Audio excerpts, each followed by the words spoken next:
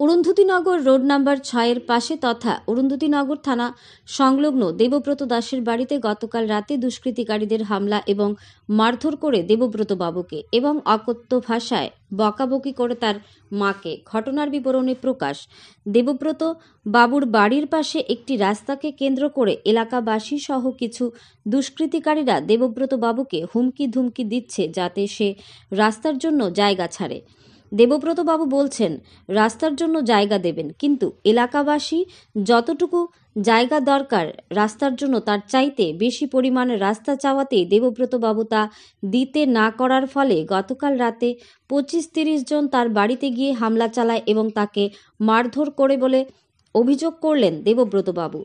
থানাতে মামলা করার জন্য উদ্যোগ নিলেও এলাকাবাসী ও কতিপয় দুষ্কৃতিকারীদের ভয়ে মামলা পর্যন্ত করতে পারছেন না দেবব্রতবাবু। তাই রাজ্যের মুখ্যমন্ত্রীর কাছে করজোড়ে প্রার্থনা করলেন দেবব্রতবাবু যাতে এই বিষয়টির দিকে নজর দেওয়া হয় এবং সুষ্ঠু বিচারের আবেদনও জানান। Bureau report, RE, Dharmanagar.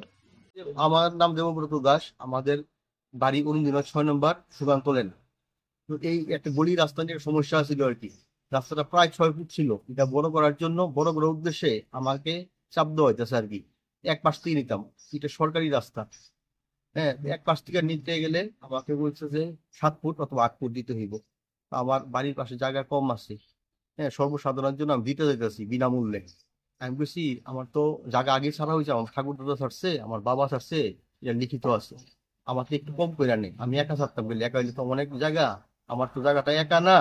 আমার বোন আছে, আমার মা আছে, আমি অংশীদার আছি, আমার দ্বারা কোনো চাকরি নাই। আর একটু আমার মা ঠাকুর মন্দিরের জন্য বাবা মনি স্বরূপানন্দ নামে একটু দান করতে চাইতেছে আর কি, 1.5 ঘন্টা। ওইটা হিংসা একটু আর কি, ঠাকুরের নামে তো জায়গা দান করবি, রাস্তা দিতি না বড় বেড়া, এটা কি ব্যাপার? দিন 6 ইঞ্চি নেই, 6 ফুট সারে গভর্নমেন্ট আছে, 6 ফুট সারে লাগছে না, 7 ফুট তুইব, 7 ফুট তুইব। হ্যাঁ, তো আমি কই আমার তো অনেক জায়গা দেবো, কোনো 10 ঘন্টা। হ্যাঁ, প্রায় 180 হাত লম্বায় অনেক জায়গা দিব, আমার একটু বাসা, আমার তো ভাত খেতে দিব, আমার তো কোনো রোজগার নাই, আর আমার কিছুই নেই, মাছ আর কিছুই নেই। তো তারা আমার সব লেখাই নিচ্ছে, কত রবিবার দিন আছে 40-45 জন, কিন্তু আমি দেখাই আনছি। এটা মেন হচ্ছে দীপেশ দাস, তার যাকে আনছে আমরা হস্তনস্ত করার জন্য, ভয় দেখানোর জন্য। ওইটা গত রবিবার দিন ওই আমাদের বাড়ির পাশে রাউত বাড়িতে বসে বইয়ে সব লোক ডাক দিছে, ডাক দিয়া আমরা বলছি দিমু, সই করা নিছি। সই করা নিয়ে আমরা লিখে জড়িতেছি, আমরা মুড়িতে লিখে দিতেছি। তো আমি বললাম যে আমরা উকিল দিয়ে লেখায় দেই, আমরা ছেড়ে দিব, বিনামূল্যে ছাড়ুন। তো উকিল সবার স্টাম্পটা করে সবাই সই করে রাখতে, সিগনেচার করে রাখতে দেয় আর কি। কারণ যার ভবিষ্যতে যাতে এটা নিয়ে আর যাতে কোনো ঝগড়াঝাটি দরবার যাতে না হয়, এটাই করছি আমি। ঘুমাইতে পারছি না, আমার খুব মারধর করছে এখানে এই জায়গাটা। আমি কইছি জায়গা দিব, জায়গা দিব, আমার আমার আমার চোখের মধ্যে মারছে, প্রথম চোখের মধ্যে মারছে, 2 জন, আমার সবাই মারছে না।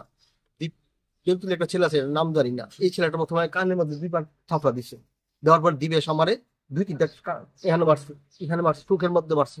এরপর আমি অত বই আসলাম, কিছু দেখতে পারতাম না।